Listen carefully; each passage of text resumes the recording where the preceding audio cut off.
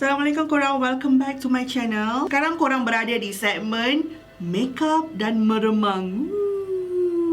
Jadi kalau korang suka dengar cerita hantu, cerita creepy, cerita Pontianak, dan korang suka makeup at the same time, so this channel is for you. Jangan lupa subscribe button. Please click tick.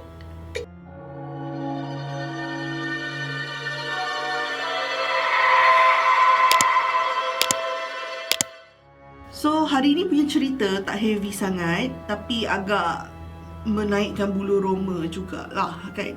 Sebab korang tengok title pun korang tahu, sebuah rumah yang dihuni oleh makhluk yang seram. Meanwhile, kalau korang ada Instagram, korang boleh pergi ke page aku, Izzy Adlina.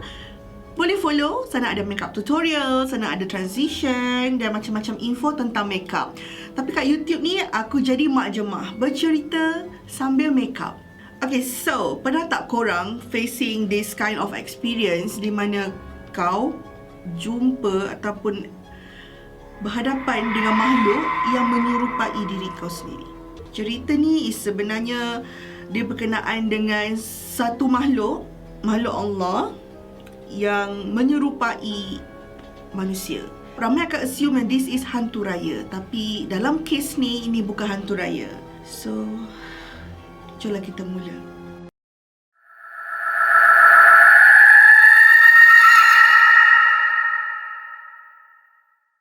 Kisah ini berdasarkan kisah benar yang dialami oleh seorang hamba Allah. Nama dia, aku bagi nama Azza. So, cerita ni berlaku pada tahun 2004, lokasi di Sungai Petani Kedah. Azza ni seorang student form 3.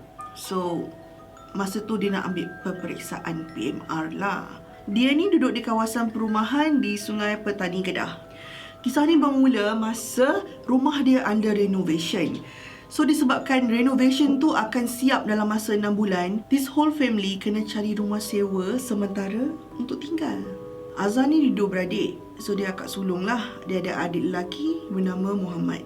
Pada satu petang, Azza ni dia meronda-ronda dekat sekitar taman dia dengan kawan baik dia.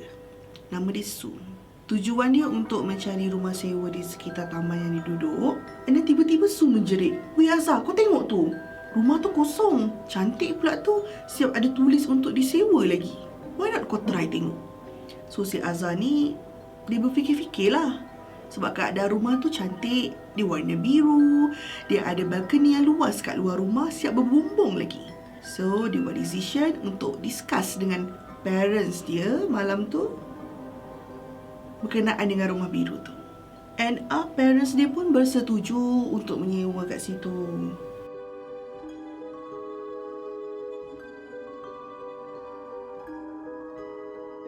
Seminggu kemudian, diorang satu keluarga pun berpindahlah ke rumah biru yang cantik ni. Fizikal rumah biru ni tak ada terlalu usang.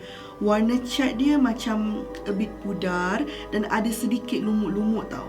Jadi lumut-lumut yang kecil pada dinding rumah tu, dia lebih membangkitkan lagi suasana misteri tau. Ada rumah lain sebelah dengan rumah biru ni, kira jiran lah. Nama dia Makcik Ani. Jadi sesampainya diorang ni kat rumah sewa tu, Makcik Ani ni macam muka dia macam excited lah ya dapat jiran baru kan. Tapi diorang nampak riak muka Makcik Ani ni macam seolah-olah ada tanda tanya tau. Macam pelik, macam curious je. So diorang ni assume like, oh mungkin makcik ni nak sembang kot, dia mungkin pelik kot, mana kita orang datang, kenapa nak sewa kat sini kan. Kisah ni bermula pada satu malam di mana Azza ni sedang sibuk study untuk exam PMR dia. Okey, ini cerita tentang bapak dia punya PL Bapak dia punya PL ni, dia suka tengok TV sambil baring tau. Kadang-kadang TV tengok dia. Jadi tu boleh dikatakan rutin harian setiap malam bapak dia lah. Si Azza ni tak dibenarkan tengok TV sebab dia kena study. untuk PMR kan. So dia mostly akan habiskan masa dia banyak dalam bilik. So minggu pertama biasalah masing-masing penat sibuk mengemas. So diorang semua tidur awal tau. Masuk minggu kedua pula, barang-barang semua dah disusun rapi oleh mak dia lah. So keadaan rumah tu dah kembali tenang bila nampak rapi yang kemas. Okey, part seram ni bermula pada satu malam masa Azhar tengah study untuk periksa PMR dia. So usually Azhar akan lock pintu bilik untuk elakkan adik dia yang Muhammad tu masuk bilik untuk kacau dia. So dia ni pun study, tak sedar tiba-tiba jam menunjukkan pukul 12 malam, which is dah lewat.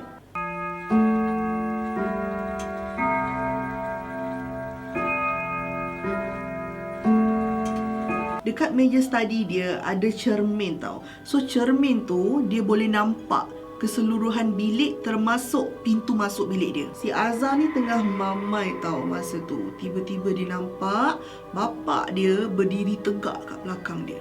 Bapak dia muka serius je. Pandang je anak dia tu dengan mata terjegil. So member pun cuak lah. Dia pun berlakon lah macam tengah study, tengah terjegil mata, tengah paksa diri untuk fokus kan. And then lepas tu Azhar toleh belakang je. Dia tengok bapak dia tak ada. So dia pelik lah. Abah aku ni bila dia masuk, pintu aku kunci. Bila pula dia keluar? Sudah.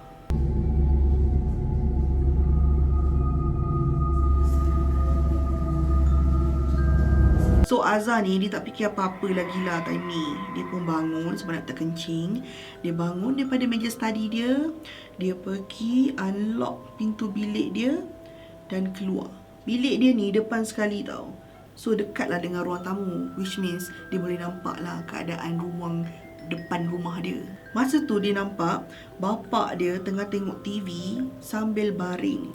Tapi channel TV tu, siaran tu kosong je. Yelah, time tu pun dah 12 malam kan, mana ada siaran lain. So si Azhar ni pergilah tegur bapak dia.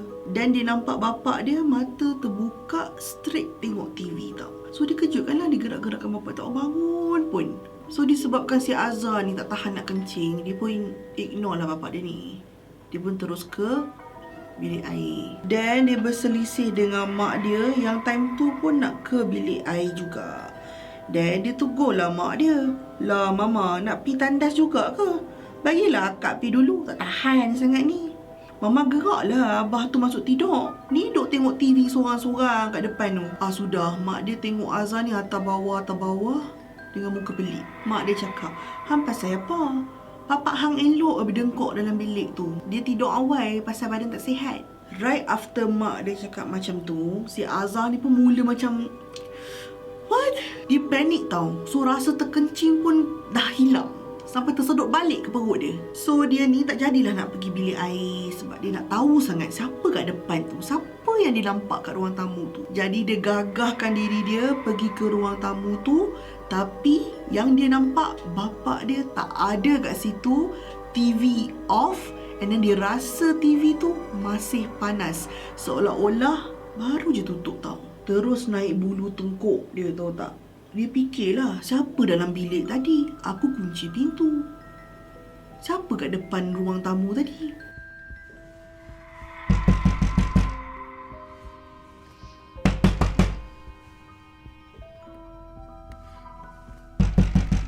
And then bila dia tengok situasi dekat luar tu macam kosong je, dia pun takut sangat. Dia lari masuk bilik, cari bantal busuk dia, terus tidur. Jadi kejadian malam tu tinggal tanda tanya dan berlalu macam tu saja. Keesokan paginya si Azhar ni bangun pagi-pagi dalam keadaan sugul dan dia hampir lupa apa yang berlaku malam tadi tau. So dia pun pergilah mandi, dia pun siap-siap semua dan dia pergi dapur tolong mak dia buat breakfast. Itu rutin mak dia pagi-pagi, dia akan kupas bawang banyak-banyak dekat ruang tengah di rumah tau. Sebab family dia ni dia buat bisnes makan. So usually si Azhar ni dia akan tolong mak dia bila waktu dia cuti sekolah je. Jadi lepas si Azhar ni breakfast, dia pun tolonglah mak dia potong bawang sampai tengah hari tau. Masa dia tengah khusyuk potong-potong bawang, sedar tak sedar dah sebakulah settle.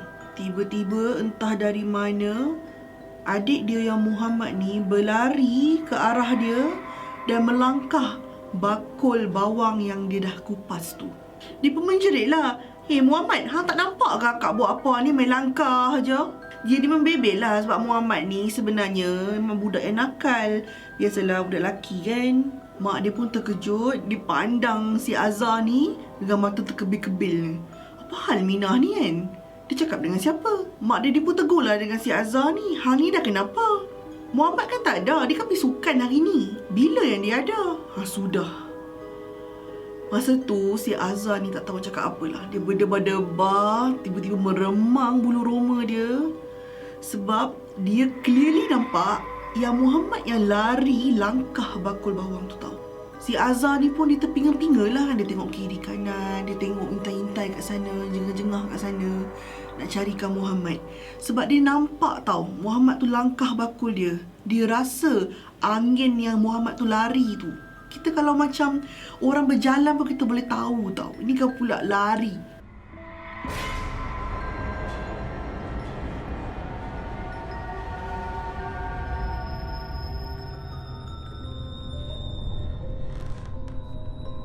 Masa tu dia dah tak tahu nak buat apa dah. Dia cuma diam je. Dia tak jawab apa mak dia cakap. Sebab dia fikir time siang kan. Mana ada hantu time siang. So dia just ignore like nothing happen. Seminggu lepas tu, diorang satu family ni kena balik ke Pahang tau. Sebab ada family emergency. Jadi rumah sewa biru tu dibiarkan kosong macam tu je. Plus, mak bapak dia lupa nak inform dekat makcik Ani ni yang diorang tak ada seminggu. So pulang je diorang daripada kampung, diorang terserempak dengan makcik Ani ni. Makcik Ani terus menyapa mak dia ni. Dia tanyalah, Ti, daripada mana? Dan mak dia pun ceritalah dia orang bawa balik dari kampung, semua kan ada hal family, so on. Waktu tu makcik Ani yang tengah pegang lauk tu diorang nak bagi dekat mak dia tau. Terkejut beruk dan terhempas ke tanah. Sebab dia terkejut. Yang si mak dia dah pelik kenapa ni? Kenapa? Ada masalah ke? Makcik Ani ni tahu tau. Diorang ni mesti have no idea apa yang dah berlaku kat rumah biru tu tau. So dia pun buka lah mulut. Dia cerita apa sebenarnya yang dia nampak sepanjang seminggu family diorang ni tak ada kat situ. Dia cakap lah, Ti, Ani tak rasa lah yang Ti tak ada seminggu kat rumah ni. Ada je orang. Ani baru nak tanya awak kurang Muhammad kat luar rumah. Sebab Ani tanya dia tak jawab pun. Buat bodoh je. Ani cuba panggil Ti, tapi Ti tak keluar-keluar pun. Ani dengar je bunyi orang mandi, orang masak, lampu terbuka, bunyi TV, semua Ani dengar. Macam ada orang kat rumah tu. Masa malam-malam terbuka je lampu rumah Ti. Ani dengar bunyi TV, Ani dengar semua benda aktiviti dalam tu. Macam tak ada apa-apa berlaku pun. Tak sedar pula Ani yang Ti semua tak ada serumah. Tak sedar pula Ani yang Ti satu family tak ada seminggu. Ani nampak je si Dad keluar rumah. Si Dad ni bapak si Azhar lah. Ani nampak je Dad keluar rumah bagi ayam makan. Lepas tu dia melulu masuk rumah, diam aja. Ani panggil buat bodoh je. Dia terus masuk rumah, terus kunci pintu. Tapi yang peliknya Muhammad tu duduk kat luar. Maknya apa lagi, meremang terus satu badan. Dia macam tak boleh percaya apa yang telah diceritakan oleh makcik Ani tau. Sebab dia notice Azhar dia cuba untuk cerita sesuatu pasal benda-benda misteri dekat dia. Tapi dia macam ambil yang tak indah je. Dia buat bodoh je. Jadi bila makcik Ani ni dah bercerita, barulah dia tak percaya kan. Maknanya betul lah apa yang Azhar ni cakap. This doesn't feel right.